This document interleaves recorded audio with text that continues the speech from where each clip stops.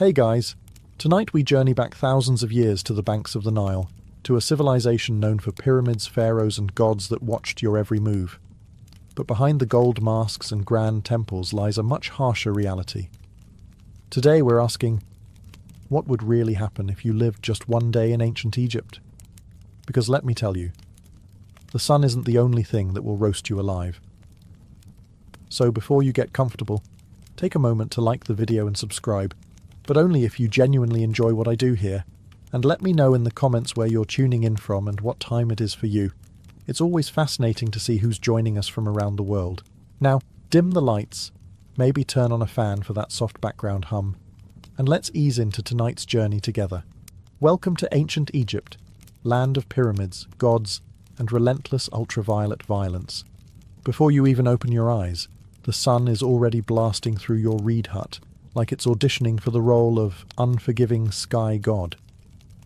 There are no curtains, no shades, and certainly no air conditioning. Just the raw, unforgiving heat of the desert, baking everything, including you, by breakfast. You're lying on a straw mat with a linen sheet that's more suggestion than protection. The Nile breeze you were promised in all those travel documentaries? Yeah, it's gone. Probably died sometime around 2800 BC. By the time you stumble outside, the temperature is already flirting with 90 degrees Fahrenheit, or around 32 Celsius, and it's not even mid-morning. The sun doesn't just shine in ancient Egypt. It attacks. Your linen tunic. Useless. It's like wearing tissue paper in a sauna. And don't even think about sunscreen. There's no aloe vera, no SPF 50, not even a floppy hat with a logo from a beach resort. Ancient Egyptians did have protective oils, but unless you're wealthy or work in a temple, you're not getting any of it. Your best option? Smear yourself with mud or crocodile dung, which apparently might keep you from turning into a human torch. Emphasis on might. By midday, the stones under your feet are hot enough to cook lentils. Shade is a luxury. Trees are rare. You might get a little relief hiding behind a mud brick wall, but even that wall is sweating by now. You, on the other hand, look like someone threw you into a clay oven and forgot to set a timer. And you better not complain. Ra, the sun god, is watching. And in ancient Egypt, the sun wasn't just weather, it was divine authority. The hotter the day, the more powerful Ra was feeling. So basically, if you're melting, it's a spiritual compliment. In short, surviving one day in ancient Egypt requires hydration, humility, and an ironclad tolerance for feeling like a roast chicken. And this is just the morning. You're finally out of bed, or rather, off your scratchy straw mat. And the good news is, the Nile is just a short walk away. The bad news? You can already smell it before you see it. Yes, the mighty Nile, the life-giver of ancient Egypt, revered as sacred, the reason civilization here even exists. But let's be honest, it also smells like a fish market had a bad breakup with a swamp. The banks are buzzing with flies, frogs, and things that probably shouldn't have legs but do. Still, this is where you bathe. Soap hasn't been invented yet, and even if it had, you couldn't afford it. Instead, you lather yourself in the freshest cleansing technology of the day, sand. That's right, exfoliation the Egyptian way. Just rub yourself down with coarse grains and call it skincare. It's like nature's sandpaper, but less effective. Washing clothes, also done in the Nile. And by washing, we mean pounding them against rocks, while praying that a crocodile doesn't mistake your laundry for a tasty midday snack. Oh, and just to make things more fun, let's not forget the occasional sewage runoff from upstream. Remember, people, livestock, and the occasional funeral boat all share this river. And yet, somehow, this is considered clean. You scrub, rinse, and emerge feeling slightly less sticky and only moderately more worried about leeches. If you're a city dweller in Memphis or Thebes, you might be lucky enough to use a public basin or cistern. But for everyone else, it's Nile or nothing, and don't expect privacy. This is a public bathing space, shared by families, neighbours, livestock, and the odd ibis pecking around your ankles like it pays rent. Water jars are filled and balanced on heads, carried back to your mud brick house before the midday heat turns the clay into toast. It's a daily ritual, spiritual, necessary, and slightly traumatic. So yes, the Nile is sacred. It feeds you, cleans you, and quenches your thirst. But let's not pretend it's a sparkling oasis. In reality, it's part miracle, part biohazard, and all you've got.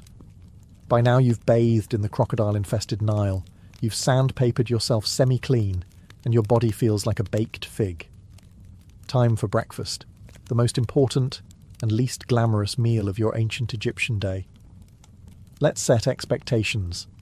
There are no eggs Benedict, no fruit bowls, and absolutely no iced lattes. Breakfast in ancient Egypt is less of a culinary event and more of a tactical refueling operation. You sit on a low stool, if you have one, or just squat in the corner like everyone else. The centerpiece of your meal? Bread. Lots of it.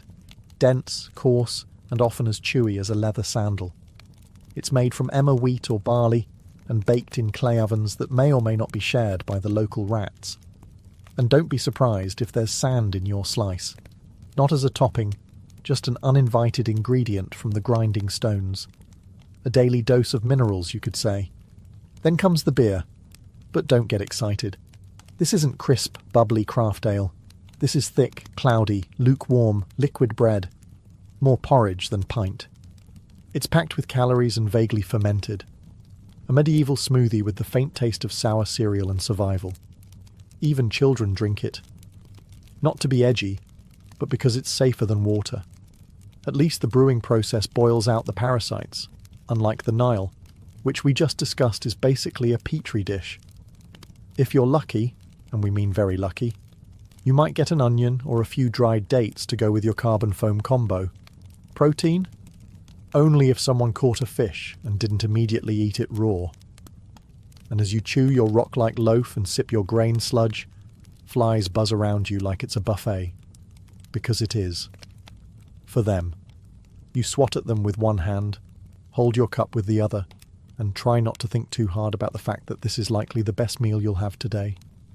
Breakfast in ancient Egypt isn't about flavour. It's about function.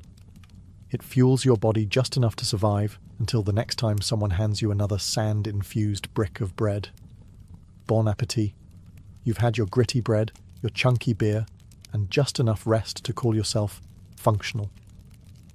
Now it's time to work. And trust me, ancient Egyptian labour makes modern burnout look like a spa day.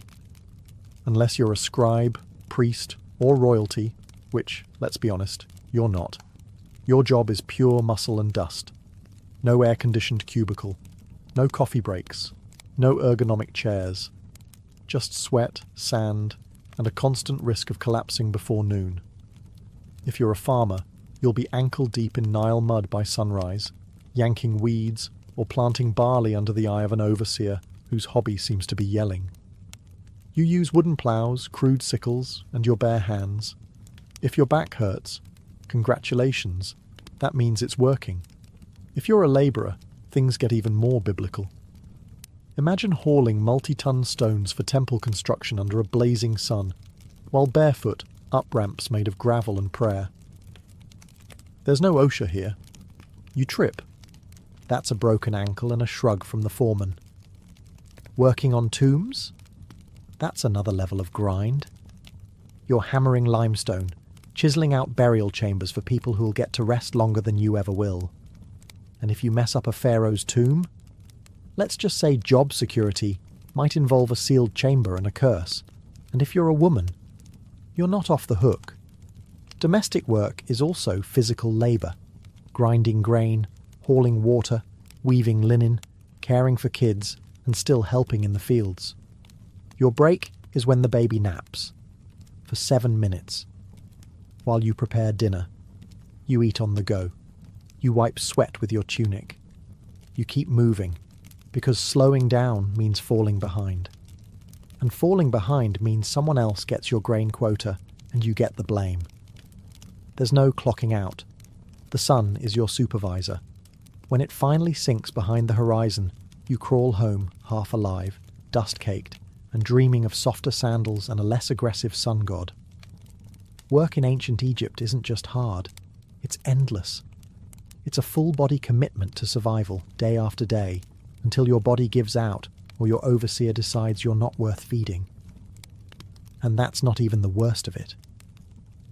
After sweating your soul out in the fields or quarry, you might be tempted to grumble. Maybe something small. A little, "this job stinks," or "why am I doing this again?" Stop. Right there. Because in ancient Egypt, complaining isn't just frowned upon. It's potentially treason. Why? Because your boss isn't just a ruler. He's a literal god. The pharaoh isn't some guy who got elected or born into a lucky family. He's the human embodiment of Horus, son of Ra, chosen by the heavens to rule over Egypt and keep Ma'at, divine cosmic order, intact. In other words, if the river floods well this year, thank the pharaoh. If it doesn't, well, maybe you didn't pray hard enough. Questioning his authority isn't just rude, it's blasphemy. Speaking ill of him could land you a date with a whip, a set of shackles, or an early trip to the underworld with none of your favourite burial goods. You see his face everywhere, on statues, temple walls, coins, even bread moulds. His name is chanted in rituals. His image is painted larger than everyone else's in every mural. That's not artistic exaggeration. That's law. And don't expect to ever see him. If you're a commoner, the closest you'll get is watching a golden bark float by during a religious festival. Blink, and he's gone. Back to a palace you'll never enter, surrounded by officials, guards, scribes, and enough gold to finance a small civilization. Which, fun fact, he basically does. If you're lucky enough to work on a royal project, say, a tomb, a temple, or a statue the size of a mountain, you serve with divine joy. At least, that's what the state says. You say it too, because pretending you're honoured to carve stone for 14 hours a day is safer than the alternative. And don't even think about rebellion. Pharaohs crush uprisings faster than you can say, dynasty. Just ask the last village that tried to withhold taxes. Oh wait, you can't. It no longer exists. So yes, the pharaoh is divine. And you're just lucky to be allowed to sweat in his name. Now get back to work. If you thought surviving under the sun was hard, just wait until you realise that in ancient Egypt, sand is your roommate, co-worker, seasoning, and mortal enemy. It's everywhere. In your clothes, in your bed, in your food. There is no escaping it. You could be working, praying, sleeping, or minding your own business in the market. And suddenly, a gust of hot wind sweeps by and turns your face into a grainy exfoliation experiment you didn't ask for. Let's start with the clothes. You wear linen. It's light, breathable, and about as effective at keeping sand out as a screen door is at holding back soup. It slides down your tunic, clings to your skin, and somehow finds its way into places you didn't know had creases. Eating? Good luck. Every loaf of bread is basically a sand trap. Since flour was ground between stone slabs, little bits of grit made their way into the dough. Egyptians didn't just eat their wheat. They ate their millstones too. It's why ancient dental remains are often worn flat like river rocks. Imagine chewing your breakfast while also filing your molars. Daily. And if you thought your house was a sand-free zone, think again. Your mud brick home has gaps, crevices, and windows with no glass. Perfect portals for wind-blown sand. Your floors are covered. Your cooking pots are full. Your bed is basically a sandpit disguised as furniture. Shoes? Optional at best. Most Egyptians walked barefoot, meaning you're always one step away from turning your feet into battered leather sandals. If you do have footwear, it's usually a basic pair of sandals made from reeds. Fashionable? Perhaps. Protective? Not remotely. Then there are sandstorms. Egypt's version of a slap from the gods. Sudden, swirling, blinding. One moment you're talking to a friend, the next you're spitting dust and feeling like someone dumped an entire beach into your eye sockets. Visibility drops to zero, and everyone around you turns into vaguely coughing silhouettes. In short, sand is the roommate who never leaves, the spice in every meal, and the silent enemy of your eyes, lungs, and dignity. It's not just the backdrop of your life, it's part of your body now. And no, you can't wash it off. You already tried. In the Nile, which is probably full of more sand. In ancient Egypt, religion isn't just a weekend activity. It's the operating system for everything. Your job, your diet, your hygiene routine, your bedtime rituals, all dictated by gods who seem to have very specific opinions. First, understand this. The gods are everywhere. Your town has temples to a dozen different deities, each responsible for some vital function. There's Ra, who pilots the sun across the sky like it's a divine Uber. Thoth, the ibis-headed god of wisdom, is in charge of scribes and moon calendars. Sobek, part crocodile, part nightmare fuel, guards the Nile. And Bastet, the cat goddess, basically runs public relations. Forget personal freedom. Your daily routine revolves around pleasing them. Wake up, thank Ra, spill some beer, apologize to Hathor, stub your toe, curse quietly, or risk attracting a spirit with a grudge. Before meals, you offer a bit of food to the gods. Before bed, you pray that Set, god of chaos, doesn't toss your house into existential disarray overnight. Even funerals are multi-day affairs where the deceased must pass tests, avoid demons, and prove they were morally decent, or risk eternal erasure. Speaking of the afterlife, ancient Egyptians took it very seriously. You don't just die and move on. You must pass a judgment process involving your heart being weighed against a feather of truth. If your heart's heavier, because of lies, cruelty, or maybe stealing someone's goat, you're eaten by Amit, a creature with the head of a crocodile, the body of a lion, and the legs of your worst nightmare. So yes, even in death, you're still on probation. But here's the twist. This complex belief system isn't depressing. It's comforting. Egyptians believed life was part of a cosmic balance, and if you followed the rituals and upheld Ma'at, the principle of truth and order, you had a chance at a peaceful eternity, complete with food, family, and maybe a boat. Of course, the richer you were, the more gods seemed to notice you. Temples were massive, priests were powerful, and peasants? Well, they just hoped the gods were feeling generous that day. Because in ancient Egypt, faith isn't optional. It's your job description, your insurance plan, and your travel itinerary for the next life. So, you've stepped on something sharp, got bit by something weird, or caught something contagious, which in ancient Egypt is basically Tuesday. Time to seek medical care. Just don't expect a waiting room or a sterile environment. You're about to be healed with a combination of spells, herbs, and sheer optimism. First, you'll be taken to a doctor. And to be fair, they were some of the most advanced in the ancient world. They had surgical tools, medical texts, and a decent understanding of anatomy. But here's the catch. Science in ancient Egypt always came with a heavy dose of magic. You're given a poultice made of honey, mouldy bread, and crushed herbs. Honey actually is antibacterial, and mould has early penicillin properties. So it works? Sort of.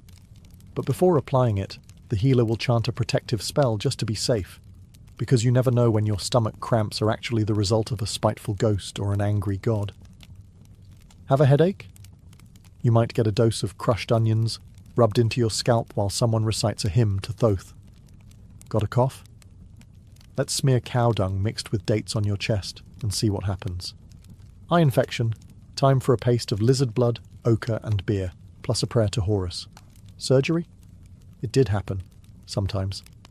Abscesses were drained, bones were set, and wounds were stitched with linen thread.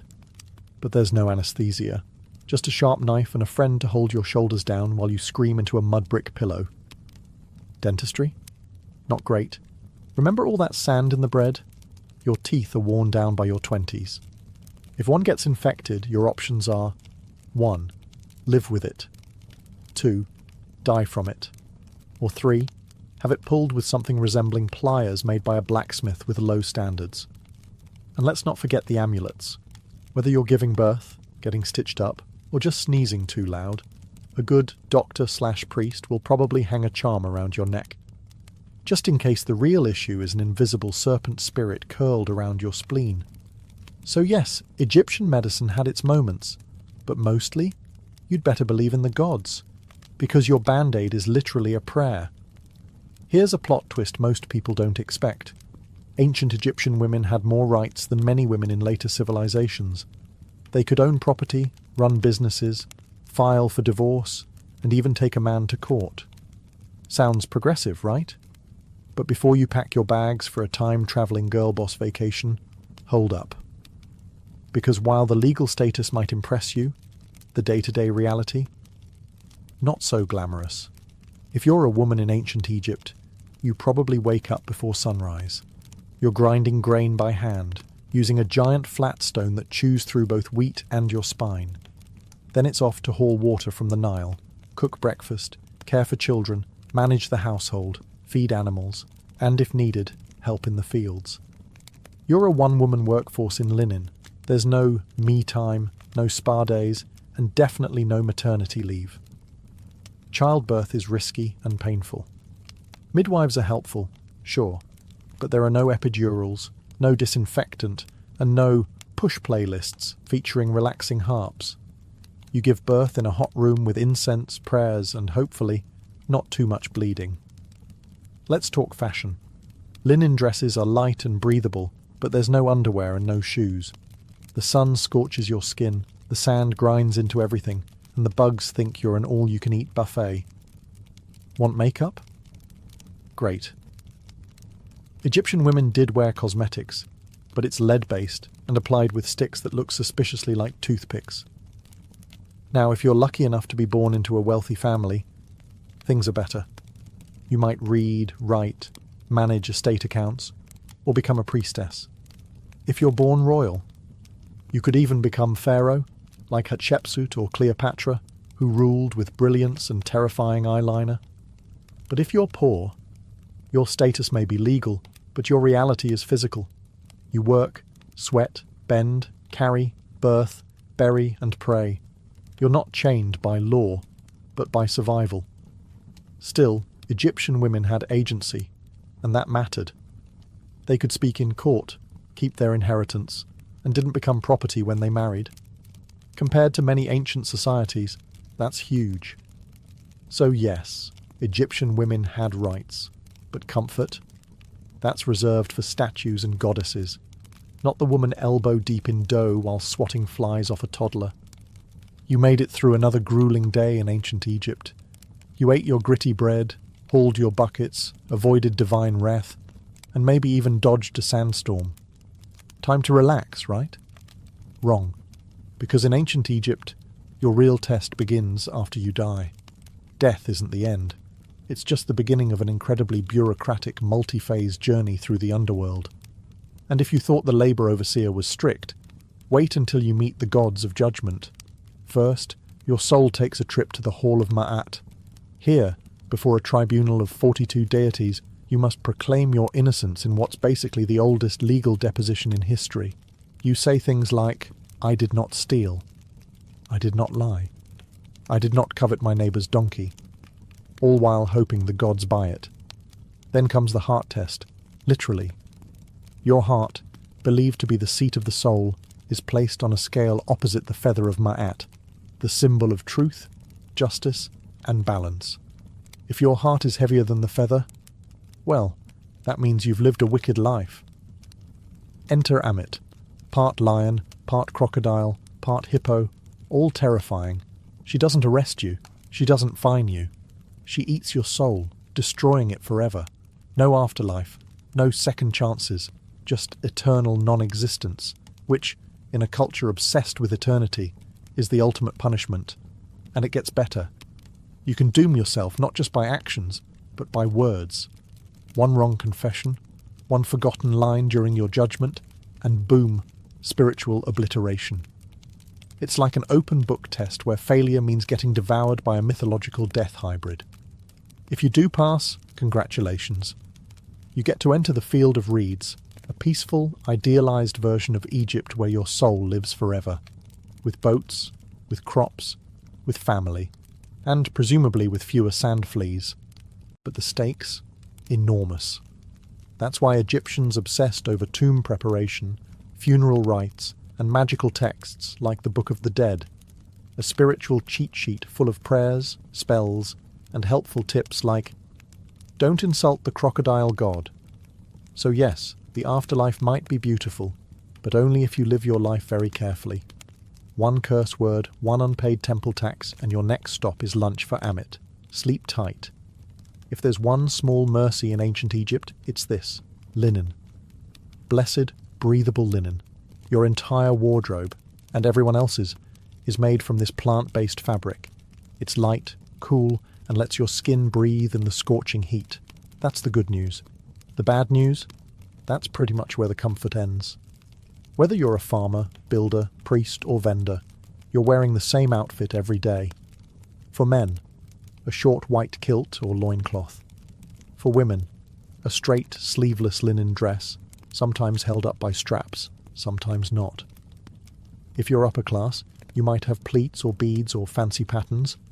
If you're not, it's plain white or slightly greyish, depending on how long it's been since laundry day. Oh, and laundry day? You're hand-scrubbing your clothes in the Nile while hoping a hippo doesn't emerge mid-rinse. Underwear? Optional. Footwear? Also optional. Most people go barefoot. Sandals made from woven reeds or leather are reserved for special occasions or temple priests. So unless you're royalty, expect to spend your days with hot sand between your toes and possibly a sharp rock in your heel. Accessories? Absolutely. But mostly functional. Amulets for protection, necklaces to show status, and eye makeup made from powdered coal, which wasn't just for fashion. It helped reduce glare from the sun and supposedly warded off infections. Yes, even eyeliner had a job in ancient Egypt. But no matter how well you dress, the bugs don't care. Flies, gnats, mosquitoes, they treat your airy outfit as an invitation. You're walking through the day swatting constantly, rubbing on perfumed oils, and praying that your linen doesn't stick to you like a wet curtain the moment the sun reaches full strength.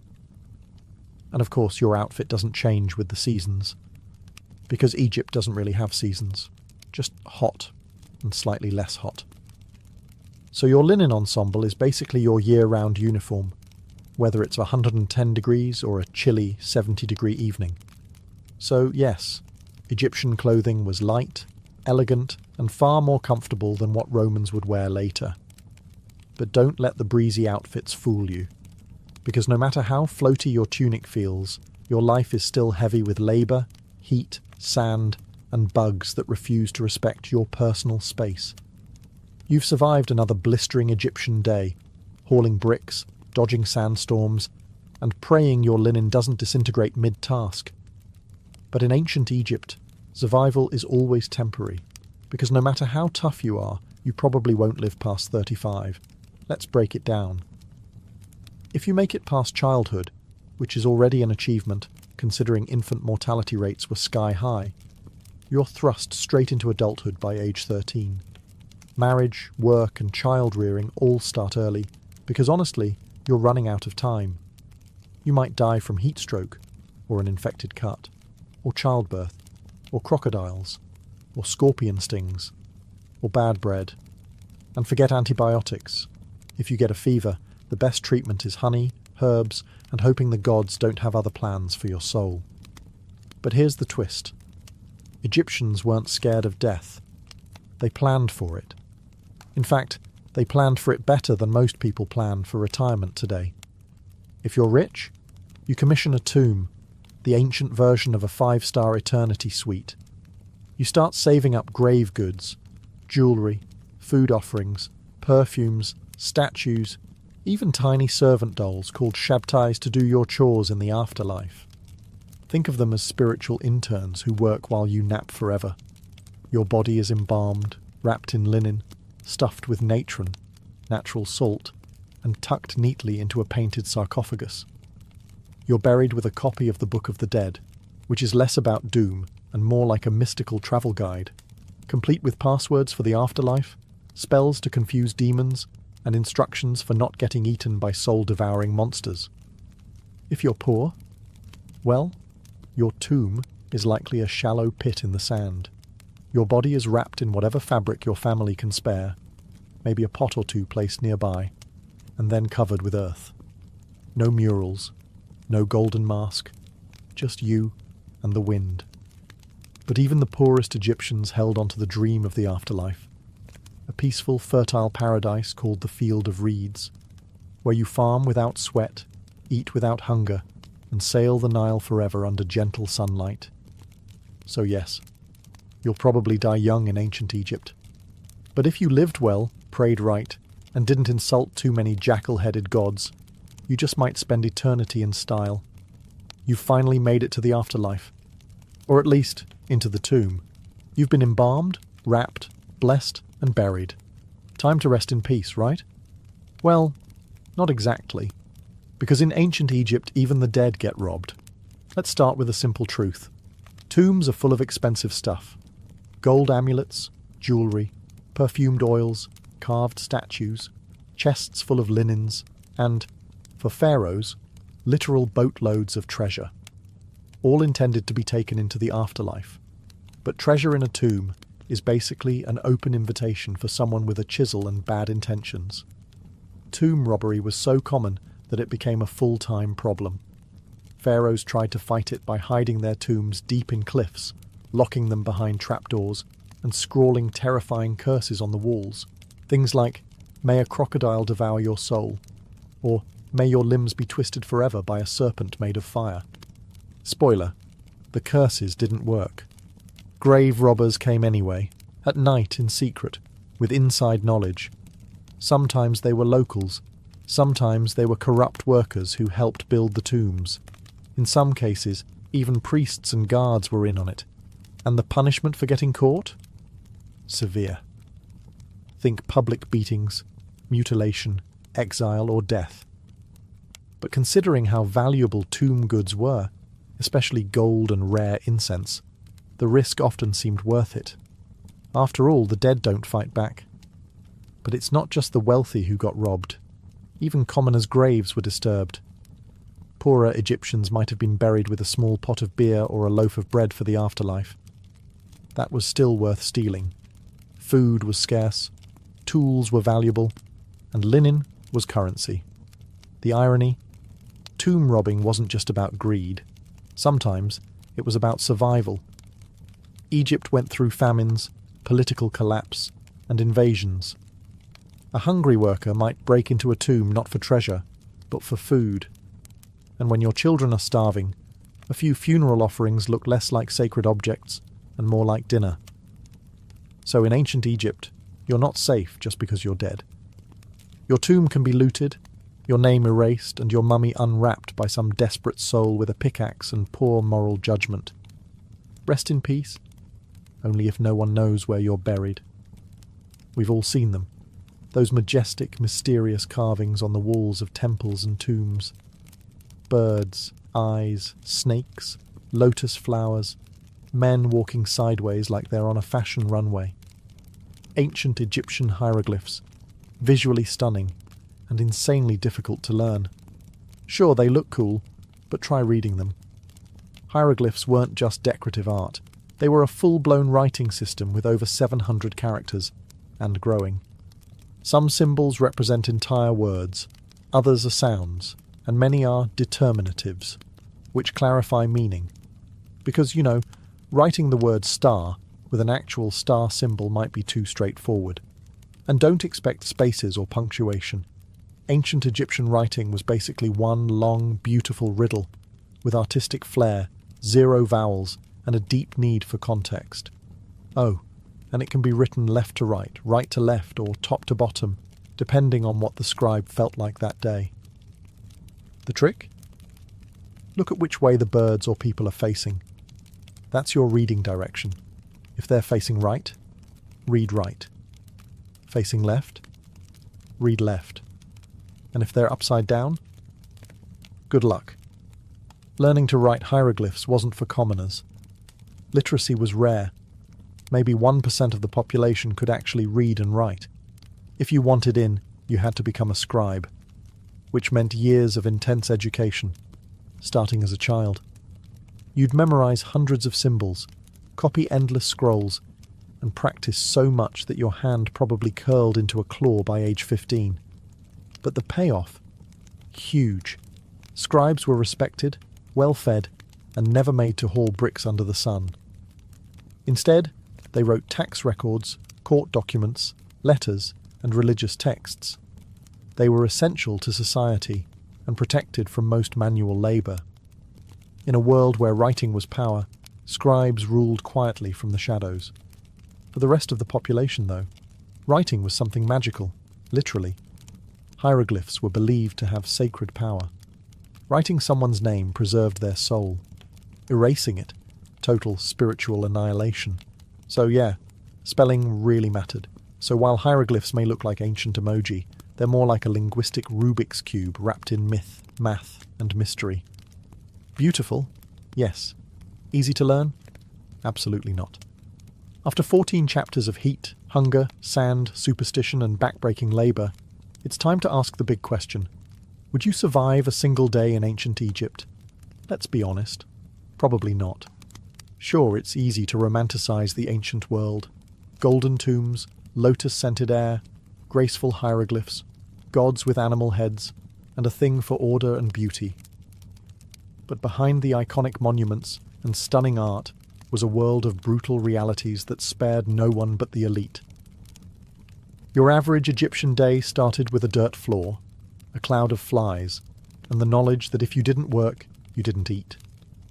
You walked barefoot on blazing sand, hauled water, cooked over open fires, lived shoulder to shoulder with bugs, smoke, and livestock. You worried about disease, divine punishment, and whether a snake might slither into your sleeping mat. You had no toothpaste, no medicine, no retirement plan. And if you were lucky, maybe 2 changes of linen. You served a god-king who could take your land with a decree, a climate that cooked your skin by noon, and a religion that required you to pass a literal divine test after death just to get into the good version of the afterlife. Let's also not forget the things you didn't have. No antibiotics, no sunscreen, no privacy, no plumbing, no painkillers, and no easy escape. Once you were born into your class, that was it. No promotions, no career changes, no finding yourself. You were either a scribe, a farmer, a labourer, a mother, a servant, or dead. And yet, for all this, the ancient Egyptians weren't miserable. They believed deeply in their gods, their purpose, and the beauty of life. They loved music, dance, food, family, and festivals. They joked, they painted. They imagined eternity with enough clarity to build stone monuments that still stand today. But for a modern person, without your air conditioning, your filtered water, your Advil, your sneakers, and your smartphone, you'd fold before the second sandstorm hit. So no, you wouldn't last a day in ancient Egypt. But that's okay, because they lasted thousands of years. And maybe, just maybe, that's why we still talk about them. In the heart of ancient Teotihuacan, one pyramid refuses to be forgotten. Its surface is adorned not with peaceful symbols of faith or gentle gods, but with snarling, open-mouthed stone serpents, dozens of them. They jut out from the temple's facade as if frozen in mid-strike, fangs bared, eyes wide. This is the temple of the feathered serpent, known to many as the Temple of Quetzalcoatl. But unlike most temples that reach for the sky with reverence, this one feels different. It feels predatory. From the moment you approach it, there's an eerie sense that you're being watched. The stone serpent heads aren't mere decoration. They were warnings, symbols of divine wrath. And beneath their gaze, something horrific once unfolded. Excavations over the past few decades have revealed something that archaeologists didn't expect. Hidden beneath the temple's base were not just ceremonial offerings, but something far more disturbing, human remains. And not a handful. Over 200 bodies, many of them decapitated, hands bound behind their backs. Young men, warriors perhaps, buried in groups, ritual sacrifices arranged with mathematical precision.